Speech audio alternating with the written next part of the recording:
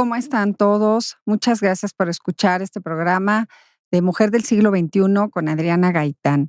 Estoy muy contenta de hacer la presentación a través de este canal de YouTube, a través de este canal Spotify, en donde estaremos tratando un capítulo del libro para realizar ejercicios de En la edad de la inocencia se albergan los más grandes anhelos. Creo que esta pequeña obra, ¿no? Que realmente costó mucho trabajo, pero parece un compendio tan pequeño de unas 200 páginas aproximadamente, pero que bueno, nuestra ilusión es que a través de estas páginas podamos tener un efecto amoroso para la sociedad. Algo muy importante que requerimos en la actualidad es el tema de formar seres humanos. Y siempre he comentado que para formar a un ser humano, pues no hay mejor cosa o persona, ¿verdad?, que otro ser humano.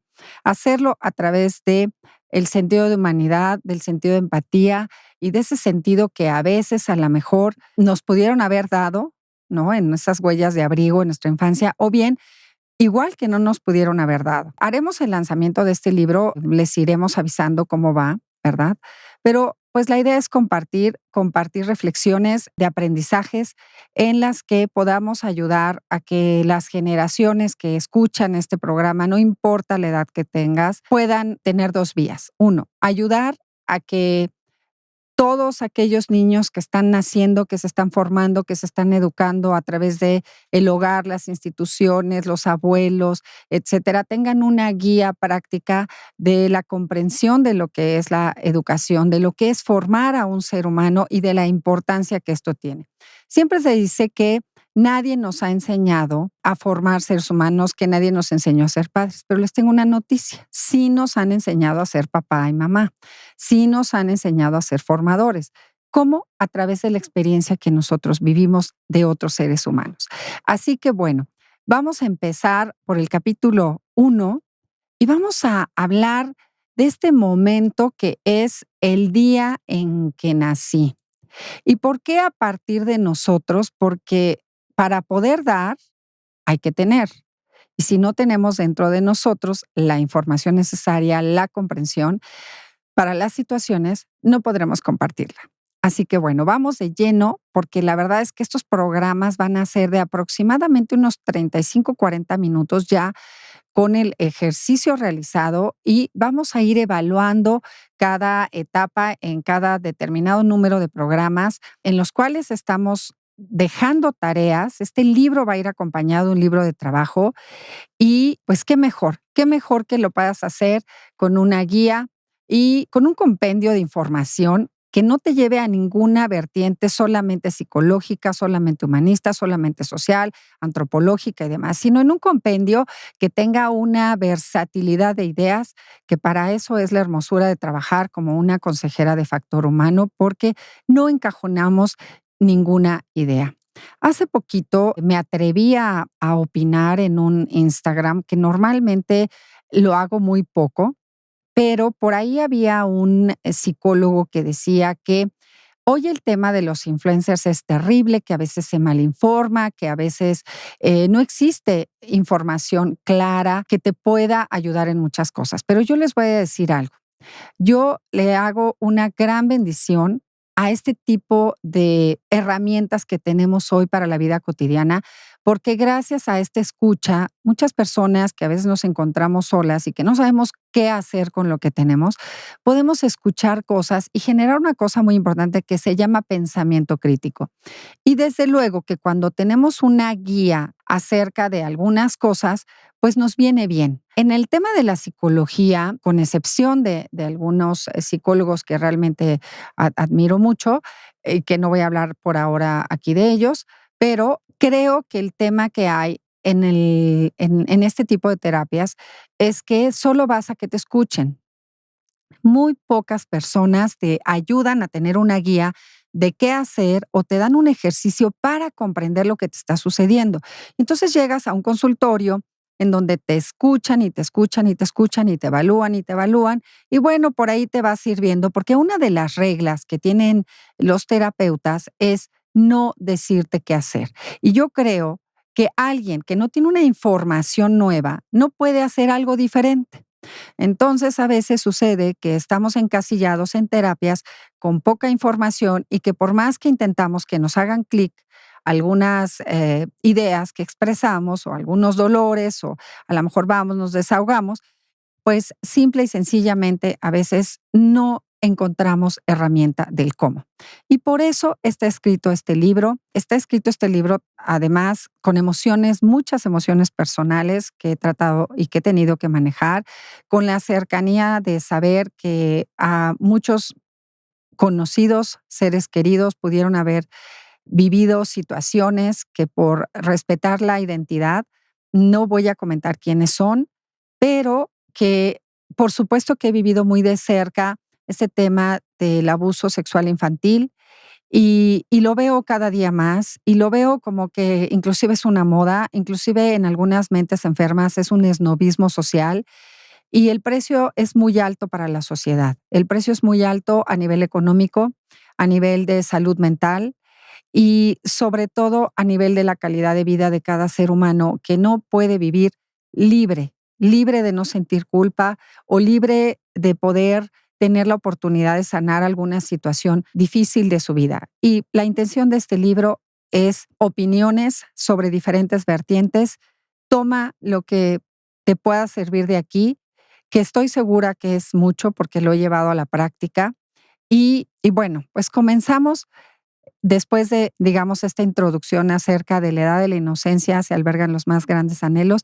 Gracias por escucharme una vez más y recuerda que te pedimos una libreta, lápiz y goma. Eso es muy importante, lápiz, sacapuntas, goma, para realizar cada uno de estos ejercicios que te van a ayudar a saber cómo educar a tus hijos, cómo tratar a esos pequeñitos en los ambientes, en los entornos en los que te desenvuelves, ya sea profesionalmente, como mamá, como papá, como abuelo, en fin. Pero algo muy importante, les he estado reiterando, ¿verdad? Dentro de las pláticas de la promoción de este libro, es que nunca me imaginé que al leerlo también me ayudaría a sanar muchas cosas a mí y que al leerlo tendría ese doble filo de vida que es que pueda sanar la persona que ha vivido situaciones difíciles y comprender lo que le ha pasado en su vida.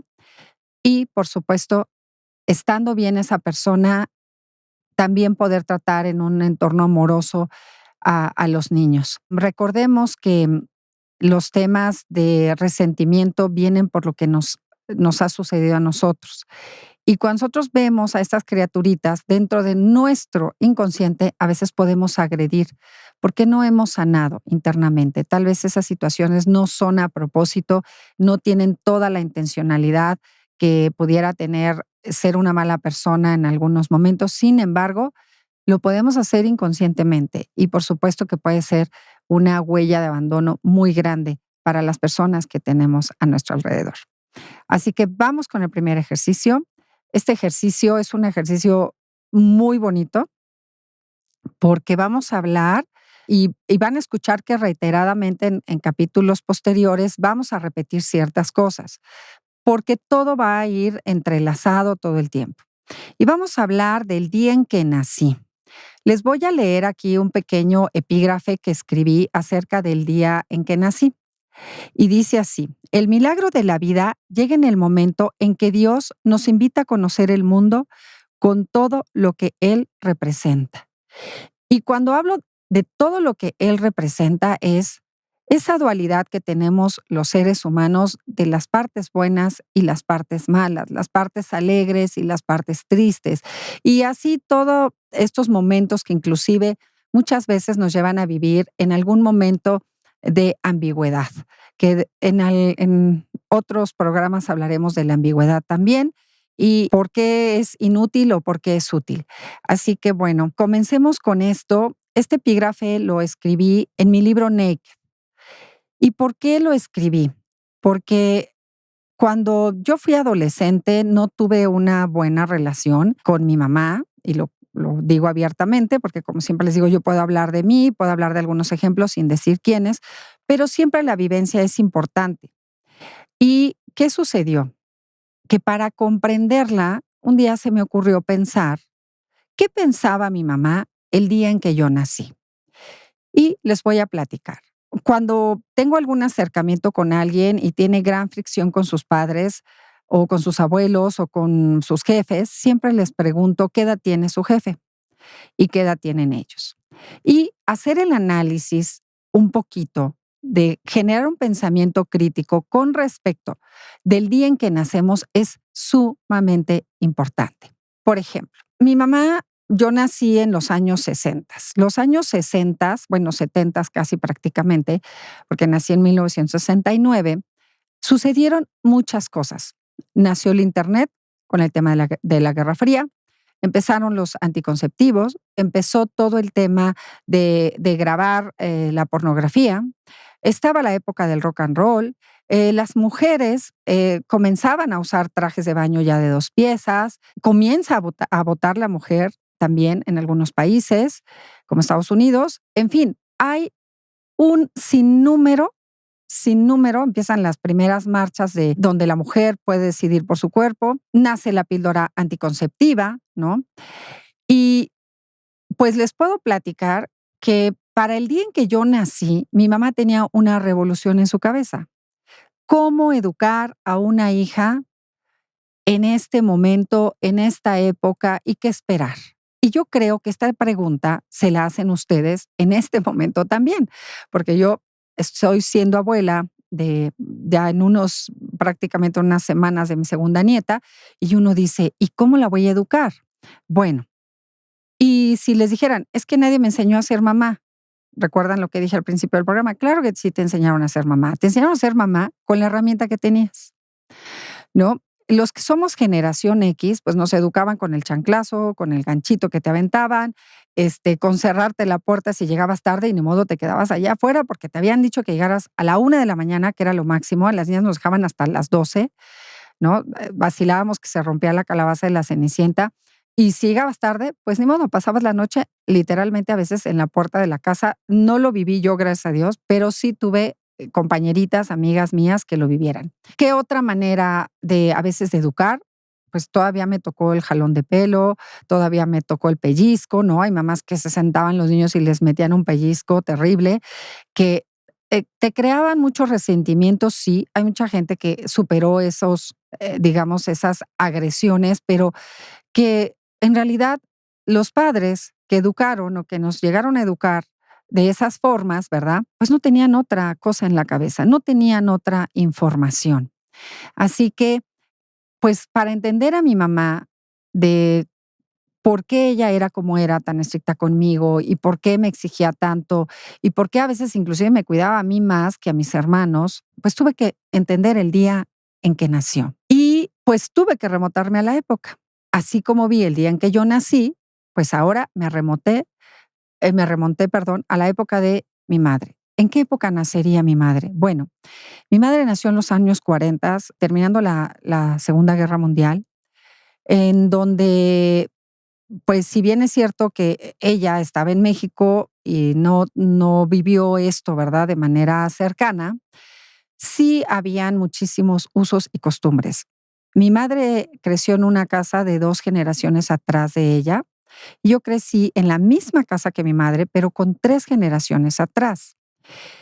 ¿Qué quiere decir esto? Que hay un choque cultural de entendimiento y de ideas de cada época. ¿Qué sucedía? Era una época de austeridad en muchos aspectos. En esa época tener una televisión pues era un privilegio, te adaptabas a ver la televisión cuando tu abuelo te lo permitía. No sé, a mí me tocaba que después de ver los toros los domingos y el box, pues yo ya podía ver algún programita antes de irme a dormir. Los horarios, las formas en que se vivía la vida cotidiana era diferente. Entonces, ¿puedes imaginar la época en que crecieron tus padres? ¿Cuáles eran los acontecimientos más importantes de la época? Les cuento que tengo una enciclopedia británica y lo repito a lo mejor en algunos programas esto, en la que pues no se terminó hasta los años de la fecha, pero hoy ustedes pueden acceder a través de Internet a cualquier información de lo más relevante de cada época. Y nos vamos a dar cuenta que así como hoy vivimos los monopolios de la economía, que algún día vamos a hablar de esto, también nuestros padres, nuestros abuelos vivían una época. Y eso es muy importante entenderlo. ¿Por qué? Porque más adelante, en el siguiente capítulo, después de esto, vamos a hablar del ego, de cómo se conforma el ego de cada persona y qué es realmente el ego. Y bueno, nosotros somos personas que todo lo que tenemos en nuestro entorno afecta. Todo es información. Entonces, imagínense ustedes que cuando yo soy una bebé, ¿no? Mi mamá se levanta y lo que quiere escuchar es a Elvis Presley, ¿no? Y entonces esa es la música que a lo mejor, digamos, me arrulla, ¿verdad? Las canciones de cuna, a mí sí me tocaron canciones de cuna, yo lo hice también mucho para mis hijos, pero bueno, hay cosas que vienen de tradición y hay cosas que a lo mejor yo tenía que estar escuchando en el momento en el que yo iba creciendo. Y créanme que yo soy una persona que a lo mejor aquí parezco un poco tranquila, pero soy una persona muy motriz. Ya vamos a hablar de las personalidades. Esto es algo que aprendí muy bien en semiología de la vida cotidiana, que cuando estudié qué es el conocimiento de uno mismo. Y yo decía, ¿y yo por qué soy tan bailadora? ¿No? ¿Y por qué me gusta tanto cantar? ¿Y por qué soy tan activa todos los momentos? ¿No? Inclusive nunca estoy quieta. Eso es una realidad. Desde que me levanto, siempre estoy pensando en algo, tengo que dejar algo en orden, en fin. ¿Y a qué se debe esto? Pues a toda la información que fui recibiendo desde el día en que nací. A mí me decían las niñas no se pueden sentar así, entonces me sentaba de mi piernita cruzada. Las niñas nunca llegan tarde. Las niñas cuando van en el coche se aguantan de hacer pipí. Yo me acuerdo que íbamos en el coche y mi mamá llevaba estas botellas de refresco y mis hermanos, por supuesto, que podían utilizarlas y yo no podía utilizarlas. Yo sabía que si no iba al baño antes de salir a carretera y que además mi mamá era una persona amante de las carreteras como soy yo, que viajaba y conducía kilómetros y kilómetros. Imagínense ustedes en aquella época, mi mamá tomaba 4 hijos en su coche y manejaba desde la Ciudad de México hasta la frontera de Estados Unidos, porque íbamos a comprar artículos eléctricos, dulces, ropa, etcétera, y lo hacíamos 2 veces al año. Entonces, mi mamá, pues, iba puebleando y se iba 2 meses de viaje de camino con esta fortaleza de mujer, mamá soltera, ¿verdad? En la que yo empecé a comprender muchísimas, muchísimas cosas. Algo que voy a tocar muy emocional y muy sentimental en este momento es hablar un poquito de que a partir de los años 70 empezaron a crecer las mamás solteras. Empezaron a crecer esos hogares diferentes, en el que yo no fui la excepción, fui parte de ello. Entonces, recuerdo que mi mamá fue profesora de educación primaria, para algunos que no conozcan un poquito de mi tema, pero pueden leer un poquito de mi historia en el libro Naked. Y mi madre también fue hija, digamos, adoptiva hasta cierto punto de su abuelo, porque realmente se crió con su abuelo y yo me crié con mi bisabuelo. Entonces, él hizo las veces y las funciones de padre. Él siempre se dedicó a los temas educativos, fundó una escuela aquí en el centro de la Ciudad de México que se llama Abraham Castellanos, que hasta la fecha existe, son muchísimos años, ya más de 100 años de esta escuela. Y la verdad es que él siempre decía que existía por un lado la formación y por otro lado la educación. Y él siempre decía, mira, puede haber muchas personas que no lleguen a terminar una profesión, pero de que tienes que estar bien formado, tienes que estar bien formado.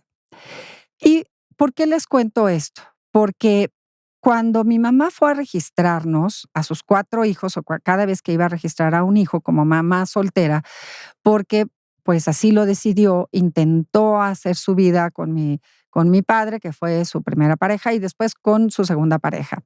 Y bueno, al final mi abuelo, que en ese momento pues tenía el poder de hacer algunas cosas, decidió que todos fuéramos registrados al nombre de mi mamá, lo que se llamaban los hijos naturales, ¿no? Sin embargo, todos los que fuimos registrados en esa época, pues recibíamos muchos insultos que hoy no lo voy a platicar aquí, pero pues que sí, recibíamos insultos por no tener el apellido de un papá. Éramos visualizados en las escuelas como estas familias en las que te inscribían en la hoja y te decían familia, por no decirlo insuficiente, ¿verdad? Pero una familia disfuncional. ¿Y qué es una familia disfuncional? Pues una familia insuficiente, una familia que no está completa, que no está bien conformada, etcétera. Y los cárdex de las escuelas, tanto particulares como oficiales, tenían pues este pequeño señalamiento para saber de dónde era y quién era el niño y su familia. Bueno, en fin, y algo muy importante que se vivió de la época, y por eso les digo, hay que comprender el día en que nacimos. Cuando mi madre nos llevó a registrar, se llevó pues nuestras actas de nacimiento del hospital, ¿verdad? Y nos registró a cada quien, pues en el momento que nacíamos y demás. Y yo una vez muy agresivamente le comenté a mi mamá, oye, ¿cómo es posible que tú siendo maestra de escuela no supieras escribir los nombres de tus hijos? Todos tenemos un nombre, el apellido diferente. Y me dijo, mira, hija, es muy sencillo. Cuando tú eres madre soltera y llegas a una institución como esta, no escriben el nombre como tú lo necesitas, escriben el nombre como lo quieren. A mí no me cabía en la cabeza hasta que poco a poco fui entendiendo que las personas que estaban ahí escribiendo en esos libros no tenían empatía.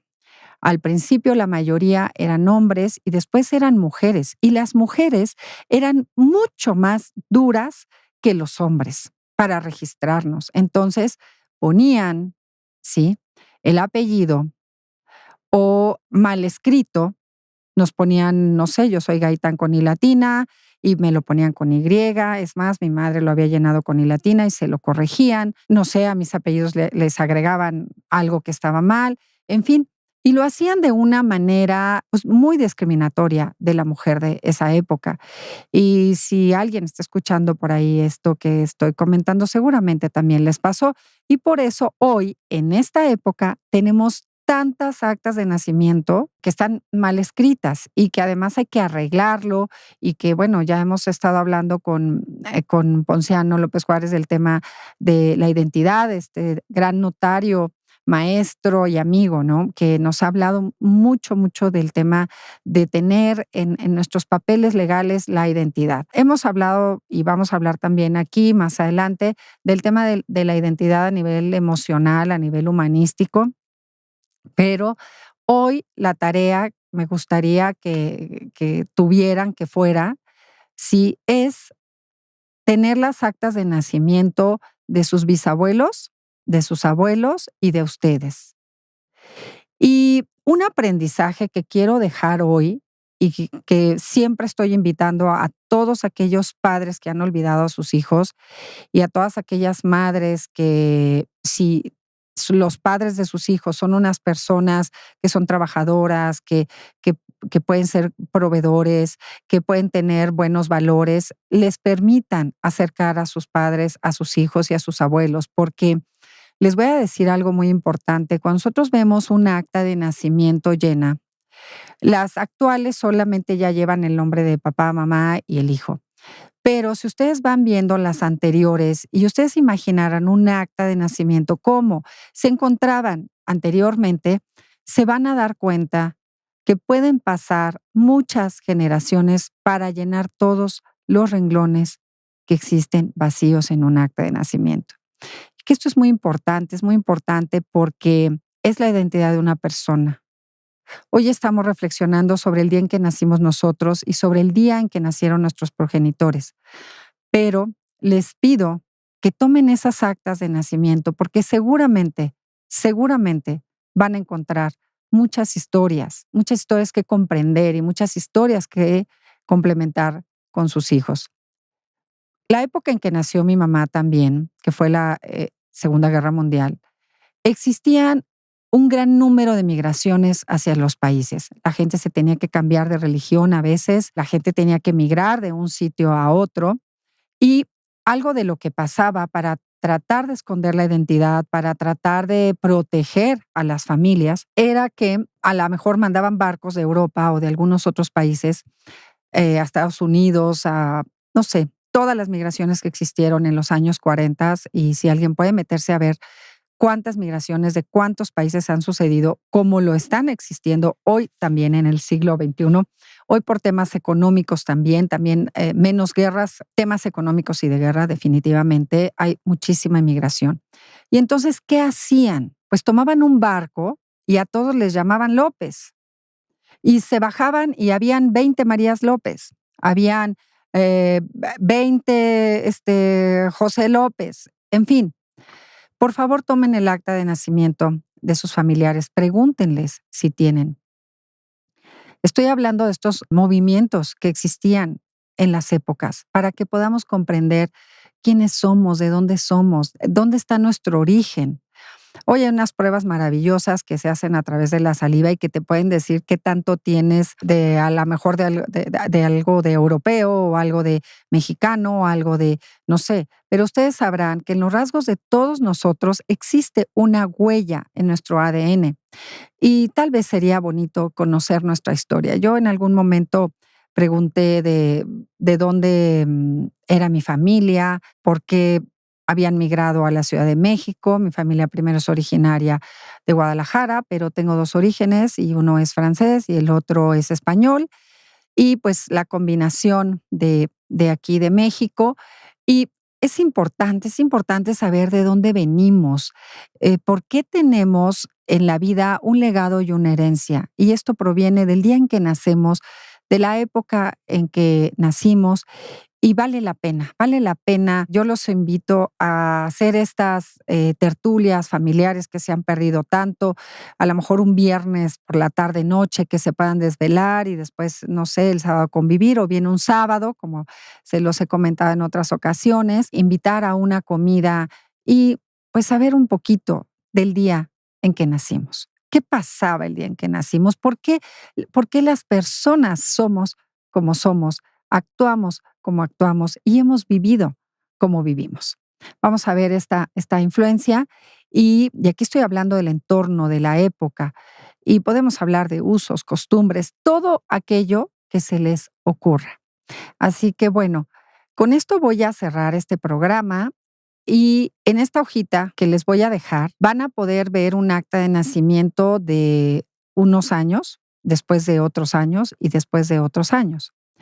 Seguramente encontrarán las de ustedes para podernos platicar y les pediría que al suscribirse aquí en la campanita, siempre se me olvida pedirlo, nos den algún comentario de lo que estos programas les están dejando.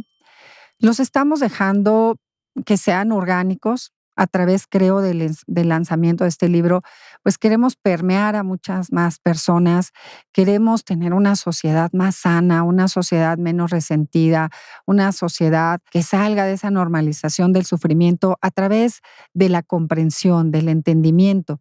Y cómo no hacerlo a través de estos ejercicios que son pequeños, pero que nos van a ir ayudando avanzar, avanzar y avanzar. Muchas gracias por escuchar este primer capítulo de El día en que nací, de Adriana Gaitán, con este ejercicio que ojalá lo hagan y nos lo puedan compartir. Encontrarán todos nuestros datos aquí en esta pleca para mandar comentarios, observaciones y si puedes contribuir con algún material que creas que nos pueda aportar algo más, nos dará mucho gusto, porque el conocimiento no es para quedárselo y es algo que siempre estoy peleando. El conocimiento es para compartirlo. Y gracias a Dios que tenemos hoy las redes sociales. Entiendo que hay mucha gente que no tiene ni la preparación ni la empatía y que pues que no tiene este acervo a lo mejor cultural ni las formas para decir ciertas cosas, pero es importante escuchar y saber elegir lo que nos conviene, elegir de toda la información que tenemos. Y con esto me despido nuevamente, ¿verdad? Creo que ya me despedí 2 veces. Con esto me despido y quiero, decirles, por favor, comiencen a hacer esos ejercicios, no se lo pierdan. Vamos a insistir en cada capítulo. Y si cada día que avanzamos poquito, está bien. Y les voy a decir algo que aprendí de mi bisabuelo de los romanos. Si algo de esto que estás trabajando para tu vida, para tu familia, para el entorno en donde enseñas y donde te desarrollas, te hace ruido, los romanos tenían una característica para conquistar las tierras. ¿Cuál era? Para seguir avanzando. Recuerden la marcha de los romanos que era 1, 2, 3. El 3 se regresaba y los 2 se avanzaban. Entonces, quiero invitarlos a que cada vez que sientan a la mejor que algo les incomoda, tomen aire y digan 1, 2, 3, 1. 1, 2, 3, 1. Y se regresen un paso, pero sabiendo que siempre están avanzando 2. Así que bueno, nos vemos en un programa más de Adriana Gaitán en Mujer y Familias del siglo XXI. Hoy este libro es para ti con todo mi cariño, con todo mi amor. En la edad de la inocencia se albergan los más grandes anhelos. Y tú también tuviste ese momento de nacer. Tú también tuviste esa edad de la inocencia, como todos los niños que están hoy en el mundo y que necesitan de que nosotros seamos sanados para poder acompañarlos también. Gracias por escucharme. El contenido de este video podcast está basado en los valores, la experiencia, los estudios y la libre opinión de la autora y sus invitados. Su propósito es compartir ideas, conocimientos y perspectivas que pueden servir como guía o inspiración. Somos respetuosos de la opinión de quienes nos escuchan y de la visión de los expertos invitados. Sin embargo, es responsabilidad de cada persona evaluar, reflexionar y considerar sus propias circunstancias antes de tomar decisiones basadas en la información aquí presentada.